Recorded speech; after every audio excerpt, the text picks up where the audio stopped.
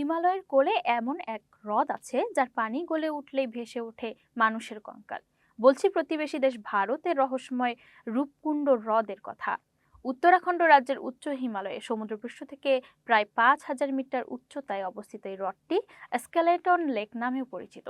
বরফে ঢাকা থাকে বছরের বেশিরভাগ সময়, কিন্তু বরফ গলতে শুরু করলেই দেখা যায় হ্রদের তলে ছড়িয়ে ছিটিয়ে রয়েছে শত শত মানুষের কঙ্কাল। এই অদ্ভুত দৃশ্য প্রথম নজরে আসে 1942 সালে। এরপর থেকে শুরু হয় রহস্যের জট। গবেষকরা ধারণা করেছিলেন হয়তো কোনো যুদ্ধে নিহত সৈন্যদের দেহ এখানে পড়েছিল। তবে আধুনিক ডিএনএ পরীক্ষায় উঠে এসেছে আরও চমকপ্রদ তথ্য।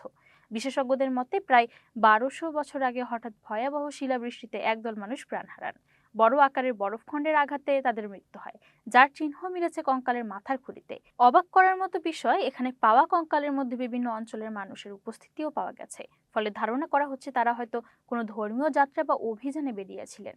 চারদিকে বরফ ঘেরা নির্জন এই হ্রদ আজও রহস্যের মোড়।